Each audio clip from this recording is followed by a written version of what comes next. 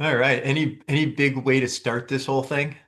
Hello. Oh, I like that. I don't know if I could do that though. Hello.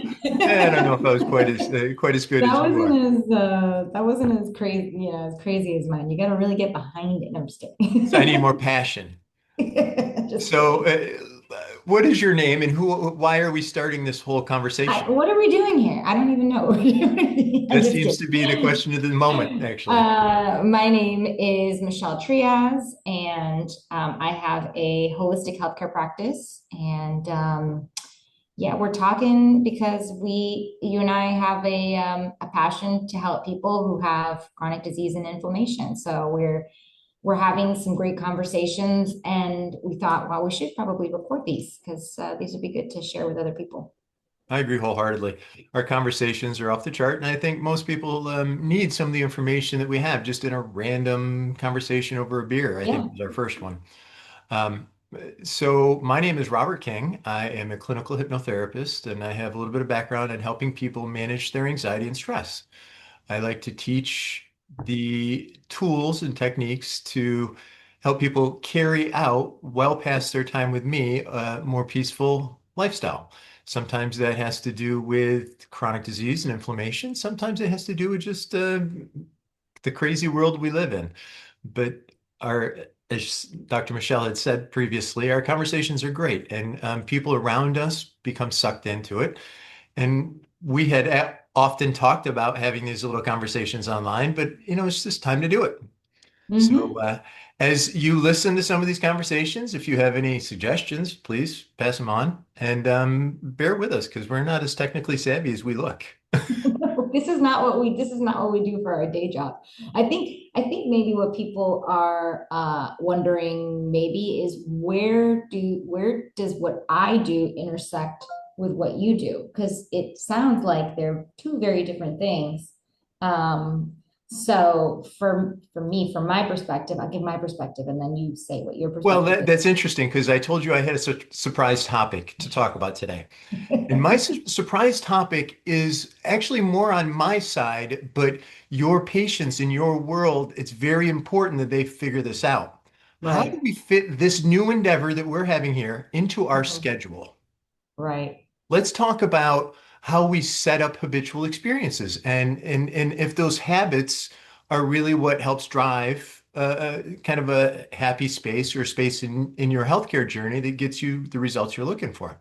Yeah, I think most people are really used to a typical go to my doctor's office. I tell them this is what's wrong. They do some labs and they say, oh, well, you have high cholesterol, you have high blood sugar, you have hypothyroid, you have XYZ. And then they just jot down a prescription and off you go. And there's really no lifestyle changes. It's a pretty, we'll call it easy in the Mhm. beginning, fix to a problem. I take a pill and then I don't have this other problem. But then down the road, it causes Yeah. other problems, as most people know.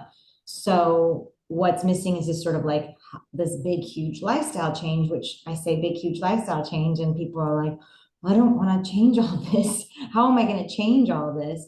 Right. And it's really like a little bit at a time. And it's also about what you're doing with how do you fit it into your schedule? How do you make those changes kind of a little bit at a time? So I'm working on a big project, and I have a coach who's telling me just try to eat the elephant one bite at a time. It drives me crazy, but I know that this is what all of my patients are feeling too. Like, how do I do all these things you're asking me to do? So yeah, that's where that's where this collaboration really comes together. Is how do you And do that? right, I struggle with those things also. We have so many things to do. How do I really kind of triage what it is I need done, get that done, and then still feel at the end of the day like I was productive and good and I accomplished something? Because in my world, I see people all the time that beat themselves up over missing those little things. And then that I beat creates, myself up too. yeah, and then that I'm creates a gonna raise space my in hand. I which, beat myself up too. right, right. And then we don't even want to try. We get to the point where we're like, oh, and we just give up. Yeah. So that's really important. Even in what they call conventional medicine, Western medicine, people can give up taking their diabetes medicine. They do all the Right. time. They get out of a habit. So if we can create these habits in our world, Hmm. including eating more appropriately, for Hmm. me, for example, the appropriate exercise, doing the things that we know probably give us a better chance in a longer, healthier, more vibrant lifestyle. But Yeah, I drinking the know that, water, taking the walks, right. taking time for deep breaths and meditations. You always feel better when you do kind of all the things, but then life sort of gets in the way and yeah, it gets tough to get it all done. Like we understand it because we get it. We're human, so we get that it's tough to make those changes. Now I'm creating right now a presentation on brain fog for a whole nother project. And I cannot have that conversation with people without talking about diet. Hmm. And we see this habitual experience in diet so often. And I know that's something that's very near and dear to your heart. Oh yeah. I What mean, what got you in, and this is a good segue because I know this yeah. story already. What got you into doing what you're doing? Why So are you? for me, my why really started with my family, sort of lots of issues coming up with first my husband and then my daughter and then my other daughter. They all had some health ailments that we tried and failed at helping with the traditional medical model. And so then once I decided to try to help them myself and do more research, and we did overcome these health obstacles with food, nutrition, like we're talking about taking care of ourselves and eating the way that we should, then those problems that my husband had acid reflux, my oldest daughter had asthma, my youngest daughter had eczema. So we had all these totally different ailments that we had to work through. Then I had sort of this aha moment of, oh, okay, well, there's answers here in nature, in the food we eat, in the air we breathe, in the water that we drink. There are answers here to help us live a healthier, more a thriving lifestyle, I guess I'll say. So that's how I got into it. What about you? How did you get into what you're doing? My direction was a little bit more all over the place than yours. I was in conventional medicine and healthcare and in a heart disease capacity. So I was diagnosing heart disease with ultrasound, helping a physician, and I saw a real turn in that industry. I saw it being a little more insurance driven that I really enjoyed. Mm-hmm. We had to jump through hurdles to help people that we really didn't need to jump through those hurdles, but the insurance was the reason that we had to do this before we could do that, but we knew that that would solve the problem. So I Right. started to see all these challenges, and then we had reimbursement challenges, all sorts of challenges in office, in hospital. I said, I'm not really the captain of the ship. I don't need to go down with it. I'm really Mm-hmm. unhappy in this work environment. I love what I do, but there's a lot more than just the patient care experience. Right. I wanted to find a way to help people and not be beholden to that insurer. And I had messed around and helped somebody get ranked on Google. One of my friends who had a business, he had felt taken advantage of a lot by people that did that type of business. So he asked me if I Mm-hmm. could figure it out. And I told him, yeah, I mean, I know, let me look into it. I'm pretty smart. I'll figure it out. So I Yeah. helped him, and he was pretty happy with it. He passed me on to other people that needed that same service. So all of a sudden, I had this business I didn't really want. Um, but in doing that little business activities, I started to realize that people were having communication challenges with their customers. They didn't really know who their customers were, and I wanted to help people communicate more effectively. Yeah. So I found a thing called NLP, which is Neuro Linguistic Programming. It's popular in some circles within like sales circles. It's about engagement and communication skills. So I started looking into that and I realized it was a subsect of hypnotherapy. They had to study hypnotherapists to kind of create this whole science. So I was like, well, if I want to learn this, I've always been a little bit of an overachiever. Let me just go get all of it. Right. So in my schooling, I started to see the power of people's minds. And in hypnotherapy, people get very weirded out about too much Hollywood. I don't know. I'm not really certain what the caution there is, but Mm-hmm. reality is just us getting the most potential out of our thoughts. Mm-hmm. And if we can learn how to navigate our own thoughts in our own day, now all of a sudden it gives us a little bit more power over how we respond to the world. the way I see it, it's all about response. So when I started to see all the different powers we had with our mind in school, I'm thinking, well, why don't we use this for chemical dependencies? Why don't we use this? And, I start to look out into the world, and there are places that are very successful using these skills in all of those large realms of transitions that people want to take. Now, you had said massive changes. I worry about those languages because it scares Hmm. people. So Yeah. I like to use shift and transition and, oh, it's softer. But the reality is, if I'm stuck, let's just say, eating potato chips daily, and I have somebody that says, you know what, you're really sick and you got to stop doing that. I'll say, Right. yes, I totally understand. I agree. And then I'll go home and I'll get a craving for something that I've done all my life. Hmm. And if somebody tells me I need to change that, now all of a sudden my own personality is I don't like people telling me what to do. It's like you put up a Whoa, wall. whoa, yeah, whoa, whoa. So No, I if feel that. I can help somebody shift into a different place, into a place that serves them better, Hmm. then that's where my passion lies. And as I got into this environment, went through school a second time as a much older gentleman and started to get out, and I was helping people do the normal things with hypnosis, stopping smoking. Because I was in the cardiac field previously, I had a cardiologist that would send me all sorts of people who needed to exercise more, to watch their diet, to manage those habitual experiences.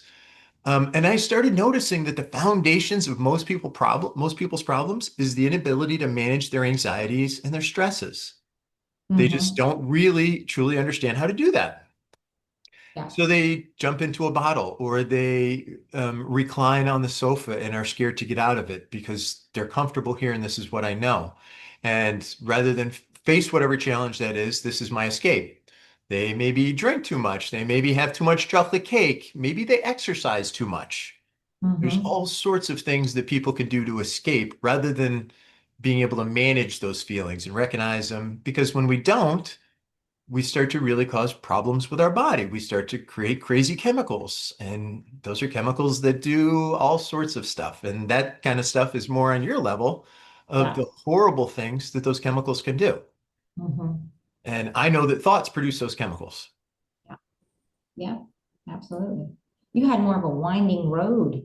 I did. I had a You very had a winding winding road to road. get there. Yeah, I'm sorry. It's a long story for No, it's great. What the is end it? product, but yeah, I've always been interested in communication and sales. And really, my job is a lot about sales. I have to be able to sell to somebody that a different world is an option, that it's Hmm. actually truly an option. We have to Yeah. maybe navigate to that option, but it's truly is an option. That means you can make choices to get you there. And Right. if I can make that sale rather than so many people, especially in the chronic illness world, I'm never going to get better. I'm just getting worse and worse every day. And then we get this thought. Those thoughts Hmm. continue to drive those chemicals, continue to Hmm. inflame the body, continue to Yep. do all these things. Yeah, absolutely. That and then, that inflammation creates more problems. So you start with a little problem and then it just kind of builds and builds and builds from there because you make poor choices and poorer choices because those chemicals keep changing the way you're thinking and so then you have systemic problems, Right. inflammation that's all over the body, inflammation in the organ systems and the tissues and causing more brain fog, like you talked about, causing pain in the body, causing anxiety, causing major fatigue. I would say people who have can really relate to the fatigue and Yeah. the brain fog a lot. Like, what was I doing? What, Yeah. wait, I was focused on this and now I'm not. I can't remember this. And it's not just about like, oh, I forgot where I put my keys. That's not Yeah. brain fog. Yeah, That's and it's just a not the same as regular. walking into a room and saying, "Well, why am I in here?" And that happens to almost everybody. And if Mhm. anybody's interested, I can tell you how to figure out why you're in that room someday. But maybe we'll leave that for That's another that's another another day. It was conversation. my phone. What am I doing here? Yeah, and I can help with that almost all the time. Yeah. There's reasons for those things, but brain fog happens regularly, and you can be just kind of like I was just searching for Mhm. those words, trying to figure out what exactly my goal for the day was. Did I Mhm. have a list of things to do today? And then the exhaustion that comes with it. I don't even want to go to work. And then when I get there, you just kind of sit there in your own space and Mhm. don't even know where to start. Yeah. Those things are very debilitating, especially if you are a productive mindset person. Yeah, sometimes people like know they need to make the change and they want to make the change, but then it ends kind of right there. I need to make the change. I want to make the change. And that's as far as it goes Right. of We have, whatever it is. yeah. And changing the language like you talked about instead of saying, oh, it's this huge thing.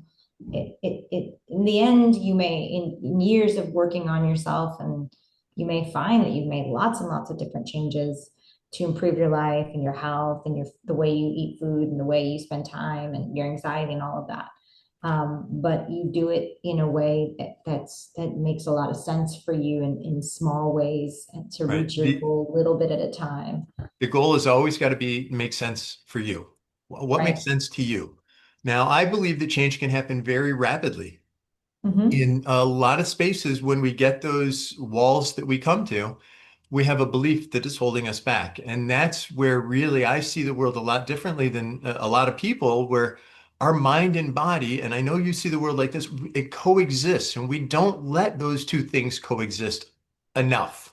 We Hmm. get on our own way, and a belief could come from something in childhood. It could be coming from something that we've reinforced in adulthood, that we just think that way about ourselves, and it becomes an identity. So those Yeah. identities are hard to get past.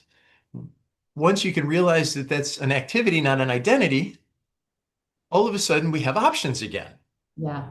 I don't Yeah. need to be that. That's actually not who I am. This is kind of what I've been doing up to this point.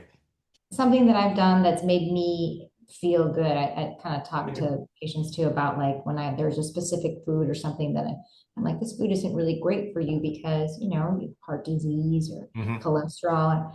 And sometimes it's related to like an emotion, like this is something that makes me feel good. Like I eat this and happiness immediately, I get an immediate dopamine rush. People get that a lot with like bread. Right. When Well, you they eat even a ton call of it bread. comfort food. They call it comfort food for a reason. True. Yeah. Yeah. But then Um, you need more. You can't stop when you start. It's like I I, need more comfort because it feels so good. I want some more. right. I want some more. And I actually have a very good story. That was one of the things that hypnosis has helped me with is my challenge with French fries. I think I may have told you that story before. I love this story. I've repeated this story Oh, actually. really? It was that good. Somebody, it was that good. I was like, I know somebody who had struggled with this, and because I had somebody else come into the office that struggled with French fries too, and I was like, oh well, I know somebody. They worked through this. Do we have time? Should I tell it? I can make it Yeah, fairly tell the quick. story. Why not? So I grew up in a broken household, like so many other people. That's neither here nor there. What had happened though is when my parents were out of the house, I'm an only child, I would hang out with my neighbors. I had really good neighbors. And they would make me French fries as a snack. And I, as an adult, found that I was eating way too many French fries. I would buy a 5 pound bag a week from Walmart and eat the whole bag every week. 5 pounds Hmm. of French fries in a week for one person is much too much. Yeah, I don't really like to use should. I don't want somebody to should on me, and I don't want to should on somebody else. I right, knew looking at that, that wasn't really optimum for me. And right, if I want to be, if I want to watch my daughter get married and walk her down the aisle, then I need to start, being more appropriate about that type of experience. right. So in school in hypnosis, we're going through the things that we wanted to work on. And other than that, I feel like a pretty happy person. I don't really feel like I have a lot of things that I struggle with emotionally. In the most stressful situations, I'm pretty calm. I am still human and I still do get excitable once in a while, but the reality is I'm pretty mellow. And I was trying to figure out what I should talk about or what I should have them work on. And I said, maybe I should work on my French fry issue. Hmm. Okay. So we did a childhood regression back to the time where these French fries really became such a big part of my life. And why are they such a big part of my life? And I went back to me walking next door when I was lonely when I had nothing else, when my family wasn't around, when the people that I needed love from weren't there, Hmm. I was given French fries. Yeah. And that started to support those feelings inside of me. So when I started to feel those feelings as an adult, what did I do? I went to French fries. Yeah. Yeah. Once I even recognized that, I could say, you know what? I don't need French fries to make me feel those ways. Those feelings are inside of me. There's many ways to feel like that. That doesn't mean I don't eat French fries. I do regularly still, but not 5 pounds a week. I You could cut say, it no, I out. don't want any French fries this week. You don't need to have them. I don't need to have them. I just like them. You just like them, and Right, that's I kind of like them. And that's the okay to way. like them. Yeah, But there's no dependence on the right. food for the comfort. I did have a patient once who her dad, she was severely obese. Her father was obese as well, and they would sneak into the kitchen late at night and have these like little sweet snacks together, and they're both hurting each other, right? To be, but they had this time together. And it was like, Right. oh, every time I had this little sweet snack, it sort of reinforced like, oh, he loves me the way I am, and I love him the way he is. Mhm. And that's so as an adult, and now that he's passed away from heart disease, um, and this is how I get to feel that feeling again of like being with my dad, and it's like it's she's there's neurological pathways. It's like a road that's been paved and paved and paved, Yeah. and what you're doing when you make the changes, you're choosing a new path that needs to be cleared.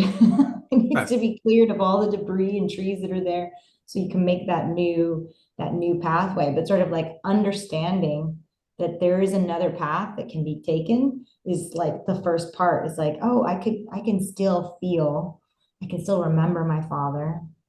I can still feel love and not any sort of abandonment without French fries or without the sweet treats at night. It Mhm. is possible. So there's I see a lot when people are trying to make food changes too, that there's like, oh, my nonna used to make me the most amazing, fill in the blank, of things. And you're asking me to pull back on that.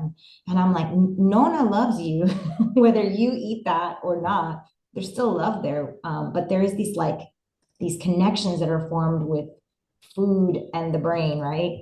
And habits. So Right. yeah, but I love that story. Like I said, I've told it before when I'm trying to encourage somebody to quit French fries.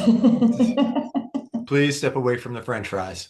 Just put the 5 pound Walmart bag Yeah. down. Get Not the so two much the pounder. potato as like the oil frying and then the whole, it's like, Well, no. now, as I got older, I baked them.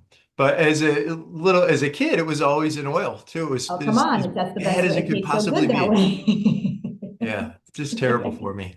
I Um, know. I wonder what my coronary arteries look like. I really, Well, yeah. you're not doing the 5 pound bags anymore because you figured that out. So Right. But all the oil I drank as a kid through those French fries. I know it's so much oil. And then I think about like the oil that's like cooked and then how that changes its chemical composition. And so like olive oil, which is so good for you if you like really like fry it and then fry it again, you overuse that oil, what happens to it and how much inflammation that causes. So something that starts off as a generally healthy thing can be not so healthy anymore when you've heated it like that or reused it over and over again, like they do in these fast food chain places where you can like literally smell the oil is like Now, is old. there any benefit to them going to beef tallow?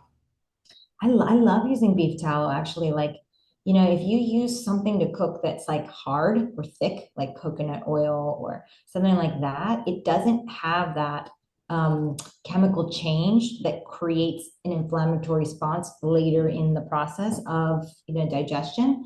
So it's much better to cook So in that. coconut oil. Coconut oil, beef tallow. Beef tallow is a great source of fat too. It's good for your body, but like, and then use the olive oil, cold press on salads. So oil is not the enemy.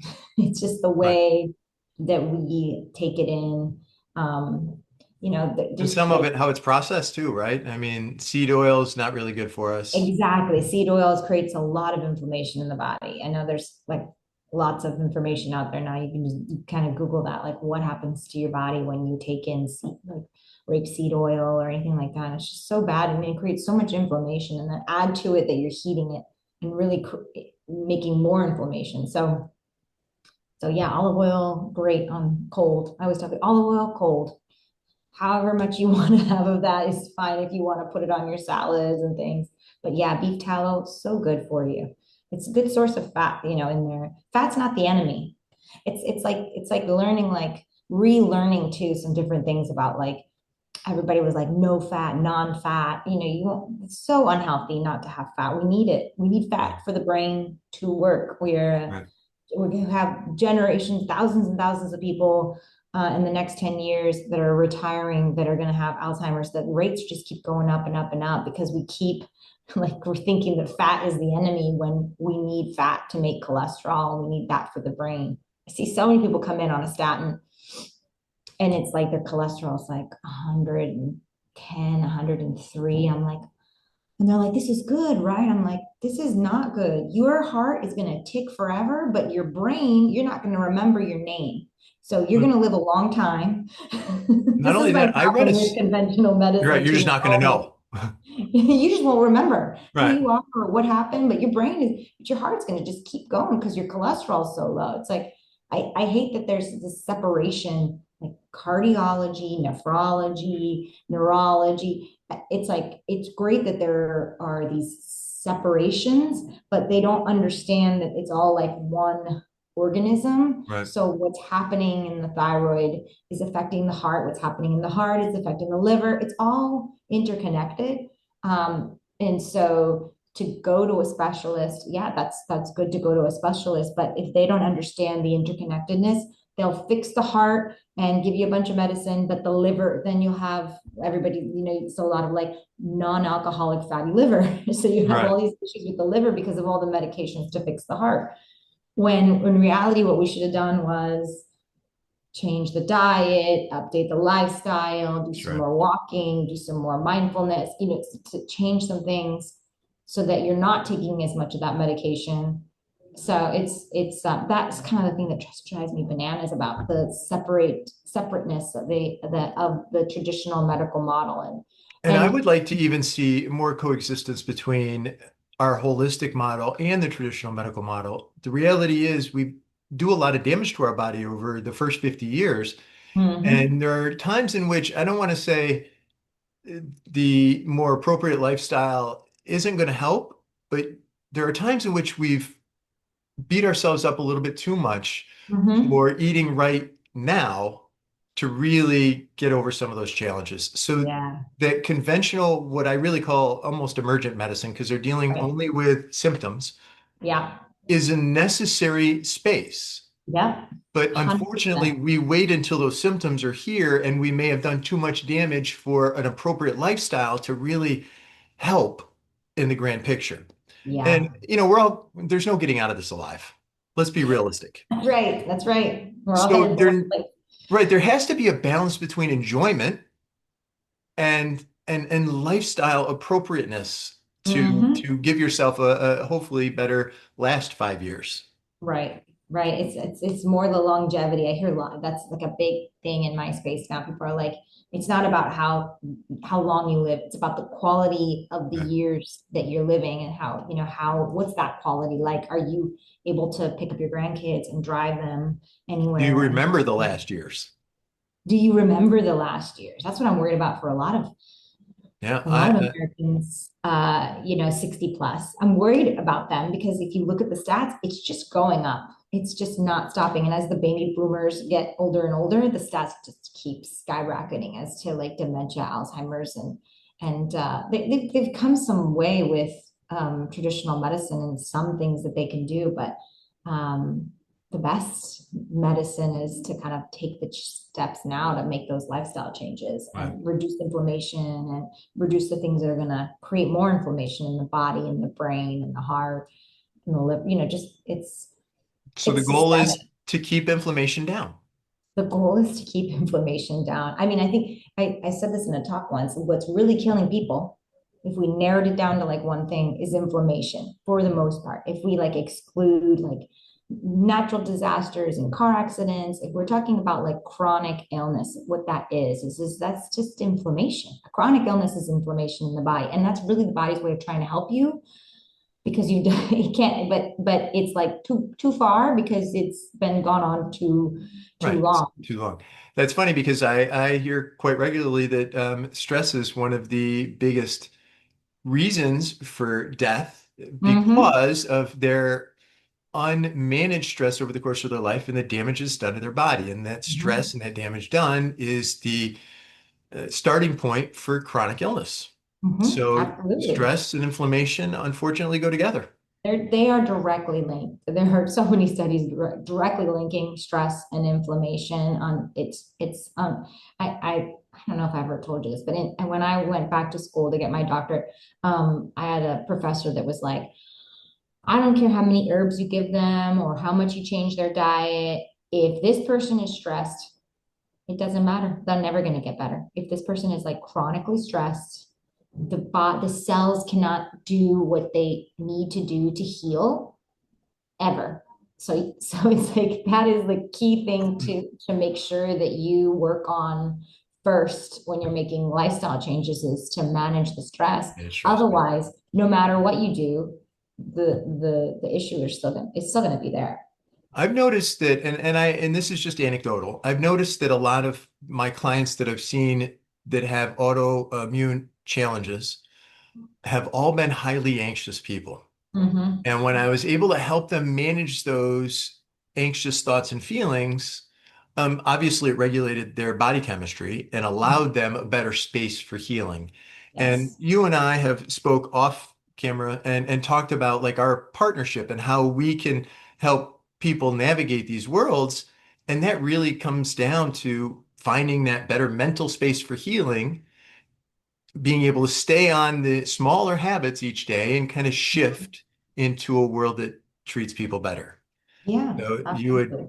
talked earlier about why you and I would be on this call together. I think we summed it up pretty well. I think it makes sense, right? How do We you made make full circle all the way around. how do you get these two together? What does that make sense? But when we started talking, I was like, oh wow, I this makes perfect sense as to what my clients need and what they're looking for, or what's missing. Like where do they struggle? And it's right here in this space of like making that change and reducing stress and anxiety. These are like these go hand in hand. I think it's they're different things, but they go together really well. And if you do that, then you overcome. And then it's not like, oh my God, I can't believe I have to give up XYZ food, right? It's like, oh my gosh, I have this opportunity to heal my body and feel great. It's just shifting the way you think about it. Instead of saying, I can't, it's like, I think about all the things that you can and will do once you've done these lifestyle changes. So, I yeah, feel like a full human circle. accessory. I'm like, I'm like that pair of earrings that goes with everything. You are the little black dress. I'm the human equivalent of a little black dress. It Yes. goes with all the things. Goes, So, yeah, it'll fit in anywhere and it all works. yeah, absolutely. You know, I Absolutely. thoroughly agree. So now, with our conversations, what kind of things would you like to touch on? What do you think people would check us out for? So, I think people want to hear like tips and ideas. Like we just talked about Mhm. pretty casually about, different types of oils of cooking with or how, and then also like how do I make that change? You don't just wake up one day and decide like, okay, I'm just going to eat all organic and everything is going to be, I'm going to get rid of everything that's, processed. It just doesn't work that way, Yeah, right? no. So how do you do that kind of a little bit at a time?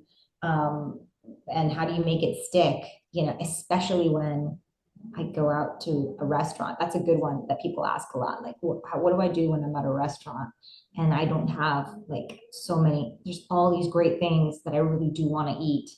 Um, and the list of things that I should eat is Mhm. much smaller than this beautiful big menu. So I think Right. people want to hear that too.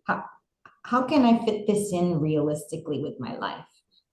That's what people say a lot. And it takes them a little bit to get there on their own. And if they've got someone sort of guiding them is like, this is how you can do this easier, then it makes it so much easier for them to make the change. I have to agree with that. How do I fit this in realistically to my life? I Mhm. still want to have fun. I still Mhm. want to be able to go to restaurants. I still want to experience all these things. But how do I balance all of that on this little balance beam that I can barely balance on now when I'm not even really thinking about it? Right. So, yeah, We're all running around doing like too many things too already. many, way too many. And you and I are kind of in the same position with children. I have one that's getting ready to be a senior in high school, and yours is very close, if not the same place, right? Mhm. Yeah, she's Um, actually going to be in 11th grade. I've got a daughter okay, that's going to be in one year 11th grade behind. and another in 8th grade. So, different There's change in life, but still right. lots of stuff to do. Yeah, there's so many things to do in that world and work in a business and run the business and still try to maintain a friendship or two. And I mean, there's all sorts of hats that we have to wear through our day, and it makes it challenging to even think about some sort of a shift.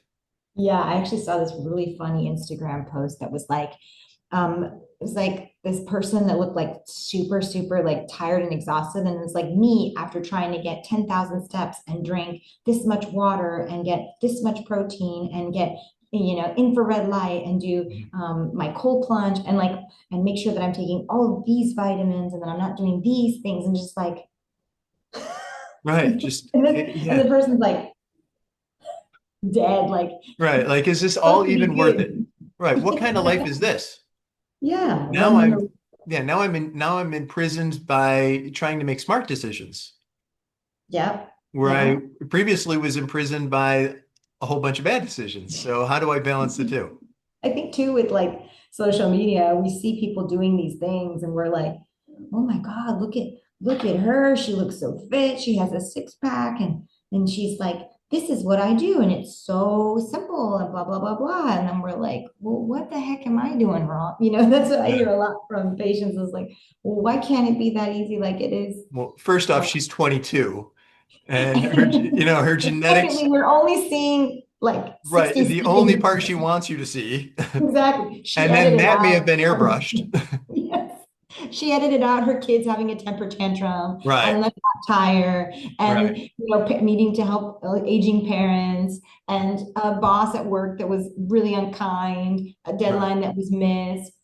All of that got edited out. And so you see this like person that can do all these things and it's unrealistic expectations that kill motivation, right? So that's another good topic that we could talk about, like setting unrealistic expectations and making your Yeah. goals like I love big goals. Like I just love big goals, but then like chunking them down into little goals is what makes it better to so you don't feel like crap at the end of the week when you don't meet your Well, goal. and that's what I want to talk about in that conversation is how to treat ourselves.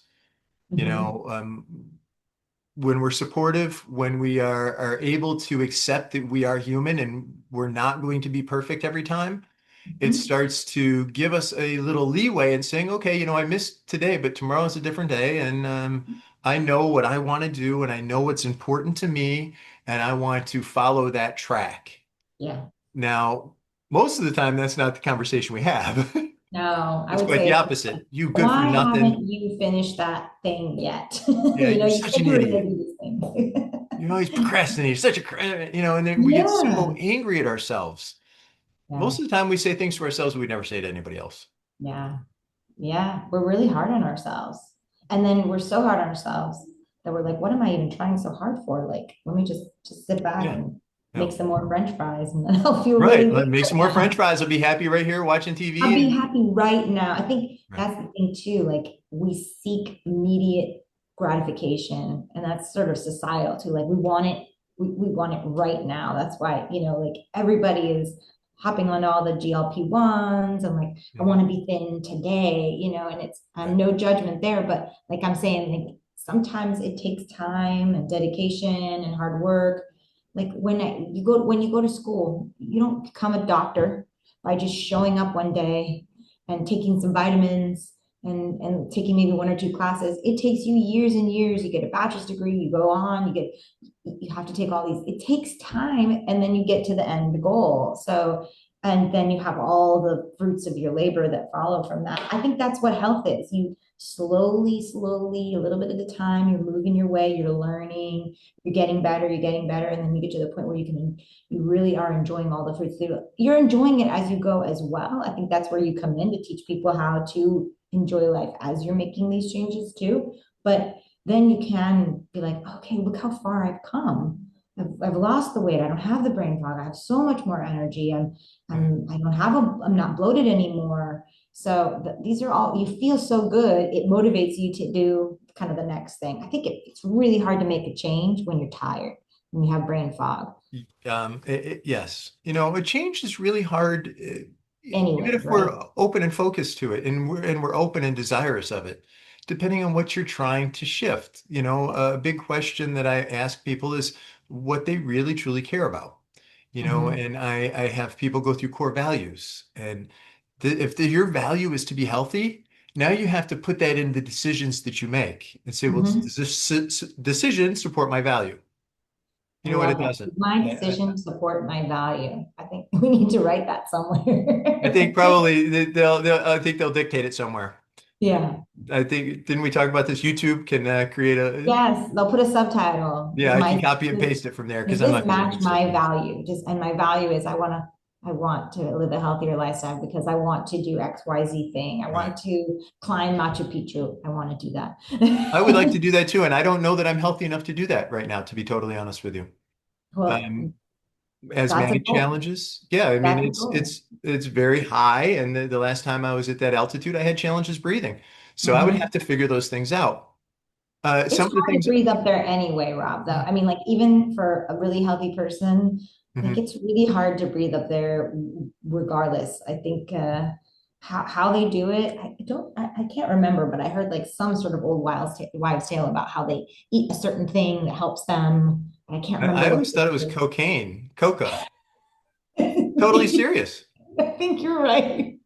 Yeah, I I think think it's you're just the right. plant, No, non-processed coca. I think Yeah, you're right. And they're like, let's do this. We can keep yeah. climbing. And like the Sherpas So in let's not Nepal. do that, Rob. No cocaine to get to Well, no, in Machu a natural form, I would. I've never tried cocaine. I've never been a big drug, a bold drug challenge trier. But to chew on a leaf has been done for thousands of years. thousands of years, right? But it gets Exactly. back to what you and I are talking about. That is kind of real medicine. Hmm. It's medicine that has been used, or in that case, it's Red Bull. It's real Red Bull. Yes, exactly. That's how they're able to do it. So I think it's Right. challenging for anybody to get to be at there. I think I was climbing in Colorado and the mountain was like 14,000 in elevation and about 13,003. I started like sucking air, and you know what that does to you psychologically when you start to It's a like scary space. Yeah. it's a very scary space to be in up high on a mountain. So yeah, but that's a goal of mine is to get to Machu Picchu like you. And I can't do that if I have inflammation in my joints, if cardiovascularly I'm not there, if Mhm. I've got already brain fog, I'm gonna have issues there, or if I'm fatigued, if I already have fatigue, how am I going to be hiking for, 6 hours out of the day? It's just not Right. possible. So Right. um so yeah, there's all these things that you can accomplish in life. Machu Picchu is like one thing. Sometimes for other people, it's like I want to pick up my granddaughter and Yeah. take her to the park and play on the swings and not get winded. Right. That's a beautiful goal to have, I think, for people too. This doesn't have to be a big mountain. It can be something really beautiful and No, but it has meaningful. to be something worth more valuable to you than the habit that's causing you the challenge. Uh-huh. And if you can just shine a light on that, that can be enough for some people. It's just Hmm. not part of their everyday thought or whatever. But when you start to point it out, be like, oh, okay, wait a minute. No, I really want to do this. Yeah. That's Yeah. what I really want to do.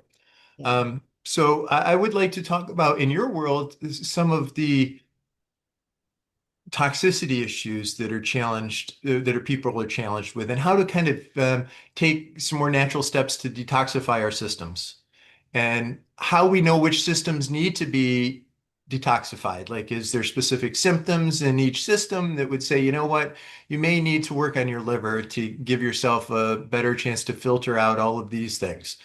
Yeah. So within future topics, I would love to know a little bit more about that if you would be so inclined to pass that information Yeah, on to I'd love us. to talk about, I mean, detoxification is my jam. I love talking about that because I It's my think jam. I it's don't think my I've ever heard somebody say thing. that. I think we should I get a love t-shirt that. for It's one you. of my favorite topics because we live in toxic soup. We have more than, I want to say it's like we're exposed to like 80,000 chemicals, 80,000 That's not chemicals that we're surprising. exposed Yeah. to. So chemicals that we've never been exposed to before. The water is not as clean as it was before. So there's toxins in the water we drink, toxins in the food we eat, toxins in the air we breathe. And so detoxification is not just like something that, oh, I should or I could. It's like necessary if we want to kind of maintain this life here on this planet in this situation that we're in, which we Mhm. were not in 200 years ago. We did not have this issue where we were,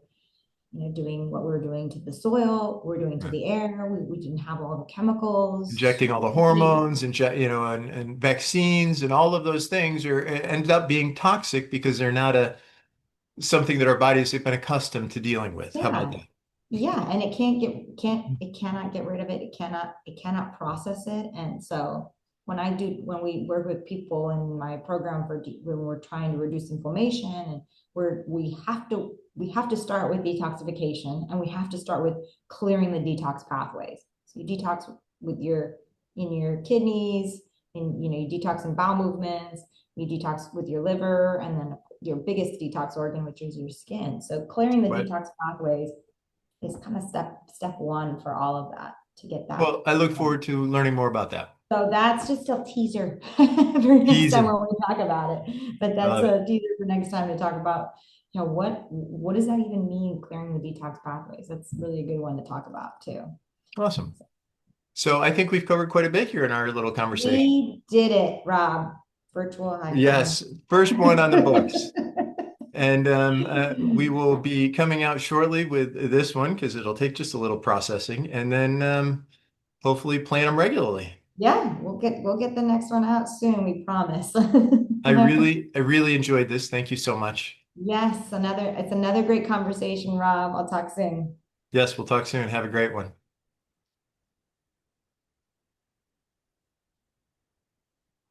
I don't know how I turn off the, oh, there it is.